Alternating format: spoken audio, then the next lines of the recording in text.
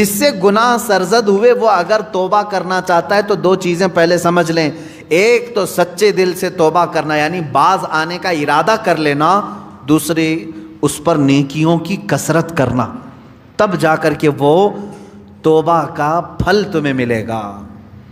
ہاں بعض جگہوں پر میں نے دیکھا ہے دیہاتوں وغیرہ میں وہ لوگ کسی لڑکے اور لڑکی کے معاملے کو دیکھتے ہیں کہ یہ غیر شادی شدہ تھے اور چلے گئے اور ساتھ میں رات بتا کر کے آئے تو ان کو پکڑ کر کے جماعت والے بٹھاتے ہیں. اسلامی سزا ہے نہیں، آپ دے نہیں سکتے. اور بعض دیہاتوں میں نے دیکھا ہے کہ جھاڑو لے کر کے اس کو مارتے ہیں یا ٹاول کو لپیٹ کر کے اس کو مارتے ہیں. یہ مذاق کر رہے ہو اسلامی نظام کا؟ مذاق ہے اسلامی نظام کا؟ وہ تو حضرت ایوب علیہ السلام کی بیوی کے لیے اترا تھا قرآن پاک میں. حضرت ایوب علیہ السلام نے قسم کھا لی تھی اپنی بیوی کے بارے میں کہ وہ شیطان کے پاس گئی تھی، اگر میں صحیح ہو جاؤں تو تجھے 100 کوڑے ماروں گا. آپ صحیح ہو گئے، 100 کوڑے مارنے والے تھے، لیکن وہ بیوی بڑی نیک شعار تھی. اللہ نے حکم فرمایا جبرائیل امین کو، جاؤ ایک جھاڑو جس میں 100 کاڑیاں ہوں وہ ایوب کو دے دو اور کہو کہ ایک بار اس سے اپنی بیوی کو مارے، ان کی قسم پوری ہو جائے گی. یہ قرآن میں ہے. وہ ایوب علیہ السلام کی بیوی کے لیے یہ بات اتری تھی. تو میں نے کسی گاؤں کے متولی صاحب کے متعلق یہ سنا کہ وہ بھی 100 کاڑیوں کی جھاڑو لے کر کے اس لڑکے کو مارتے ہیں جو لڑکی کو بھگا لے جاتا ہے، اور کہتے ہیں 100 کوڑوں کے برابر ہو گیا.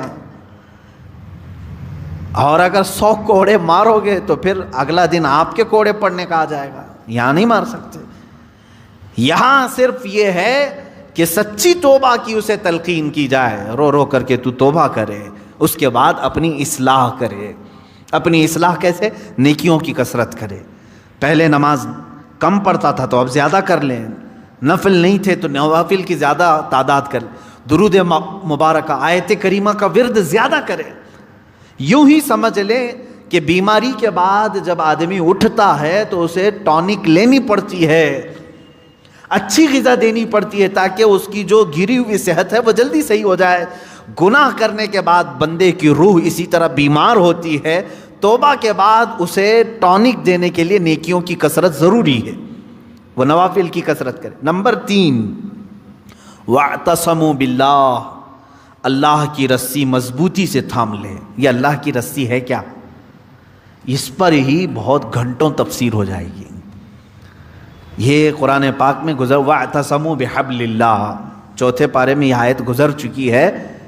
اور یہاں اللہ نے فرمایا وَاعْتَصَمُوا بِاللَّهِ، اللہ کی رسی مضبوطی سے پکڑ لو. اللہ کی رسی کیا ہے؟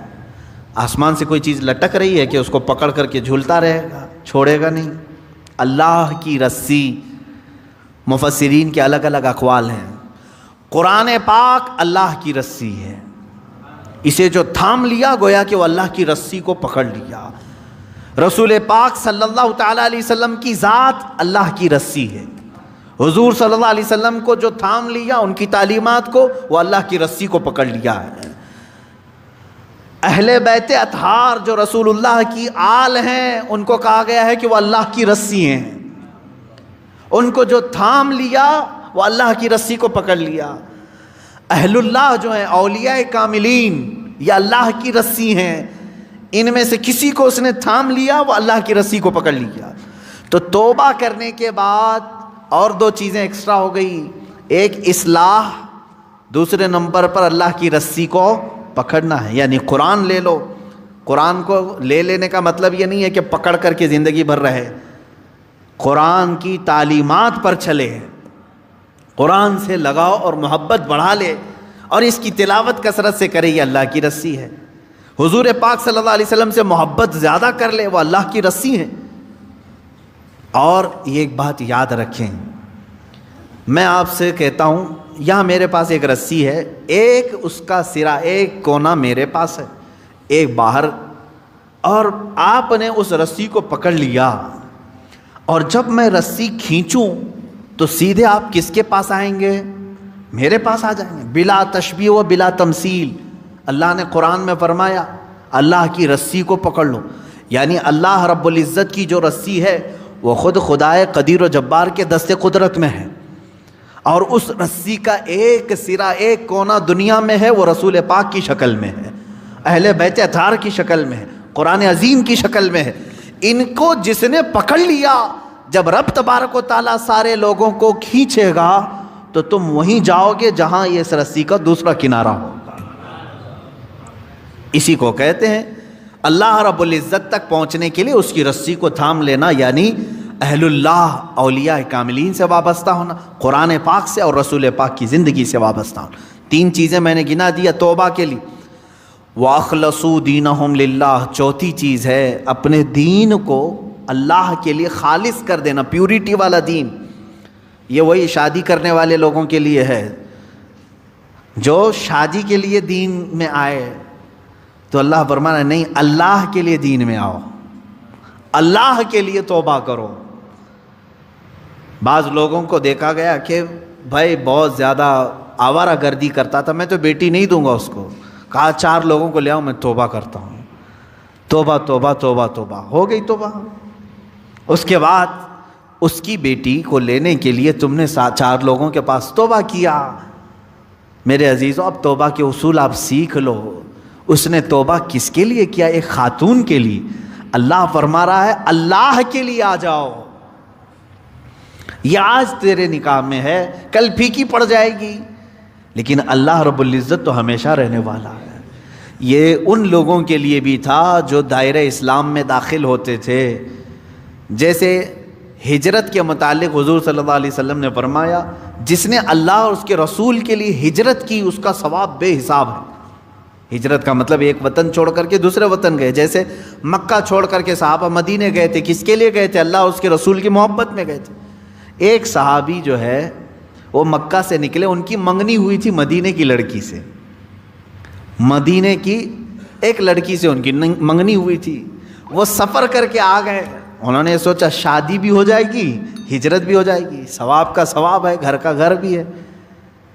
شادی ان کی مدینے میں ہونی تھی، سسرال مدینے میں، اور مکہ سے ان کو ہجرت کرنے کا ثواب بھی لینا تھا. لیکن وہ ہجرت کر کے آئے، تب اللہ کے نبی صلی اللہ علیہ وسلم نے یہ حدیث بیان فرمائی جس کی ہجرت جس غرض سے ہوئی اسی غرض میں مانی جائے گی. جو اللہ اور رسول کے لیے ہجرت کر کے آئے تھے اس کا ثواب بے حساب ہے، اور جو شادی کے لیے ہجرت کر کے آئے تھے تو یہ شادی کا ہی مانا جائے گا. یہ شادی کا. بعض لوگ ہجرت کر کے مائگریٹ کر کے دوسری کنٹریز میں آج گئے ہوئے ہیں، وہ اپنی روزی روٹی کے لیے گئے ہوئے ہیں. اس ہجرت کا ثواب نہیں ہے. اپنے دین کی حفاظت کے لیے اور اللہ کی رضا کے لیے اگر کوئی ہجرت کیا ہے تو اس کا ثواب ہے، بہت بڑا ثواب ہے. مثال کے طور پر برما کے لوگ جو ہجرت کی ہیں ان کے اوپر آفتیں تھیں، مصیبتیں تھیں، اور ان کے اوپر دین تنگ کر دیا گیا تھا، اور وہ وہاں سے گھر چھوڑ کر کے ہجرت کر کے اگر کسی دارالاسلام میں گئے ہیں تو ان کو وہی ہجرت کا ثواب ہوگا جو صحابہ نے ہجرت کی تھی. یہ ثواب ہے کیونکہ وہ اپنے دین کی حفاظت کے لیے ہجرت کیے تھے. اس بات کو سمجھیں. 4 چیزیں یہاں پر بیان ہوئی ہیں توبہ کے متعلق. جو لوگ ایمان والوں کے ساتھ اٹھایا جانا اپنے آپ کو پسند کرتے ہیں، وہ سب سے پہلی چیز اپنی پرانی چیزوں سے، نفاق تھا یا کفر تھا یا بھیانک گناہ تھے، پہلی چیز توبہ کرے. دوسری چیز اصلاح کرے، یعنی جو ڈیمیج ہوا تھا اس کو صحیح کرے. کیسے؟ نیکیوں سے، نمازوں سے، تسبیحات سے. نمبر 3، اللہ کی رسی کو پکڑ لے. یہ نہیں کہ خالی تو مسجد میں بیٹھ گیا اور یہ سوچا مجھے کسی کی ضرورت نہیں، کسی پیر فقیر کی ضرورت نہیں. بولتے ہیں نا بعض لوگ میرا دین کامل ہے، کسی پیر اس طرح کے جملے لوگ اپنے ماڈرنزم کو بتانا چاہتے ہیں کہ ہم اہل اللہ کے قریب نہیں جانا چاہتے، اللہ والوں کی ہمیں کوئی حاجت نہیں. جبکہ قرآن کہہ رہا ہے کونوا مع الصادقین، تم اللہ کے سچے بندوں کے ساتھ رہو. اگر تمہاری ضرورت نہیں تھی تو اللہ نہیں فرماتا کہ ان بندوں کے ساتھ رہو. یہ اللہ کی رسی ہے، ان کی صحبت میں اپنا وقت گزارو، ان کی تعلیمات میں اپنا وقت گزارو. نمبر 4 ہے اپنے دین کو خالص کر لینا، پیورٹی، یعنی توبہ کیا ہے تو کسی دنیاوی غرض سے نہیں بلکہ اللہ کو راضی کرنے کے لیے. بزنس کے لیے اگر کوئی داڑھی رکھ لیا، اپنا دھندا چمکانے کے لیے اگر کوئی ٹوپی پہن لیا تو نہ اس داڑھی کا اسے ثواب ہے نہ اس ٹوپی کا اسے ثواب ہے، بلکہ وہ دھوکہ دڑی میں شامل ہے. ہاں، اللہ کو راضی کرنے کے لیے اور اپنے حبیب کو راضی کرنے کے لیے کیا ہے. اللہ اس کے کاروبار میں بھی برکت دے اور اس عمل کا بھی اسے ثواب عطا کرے۔ یہ 4 چیزیں ہیں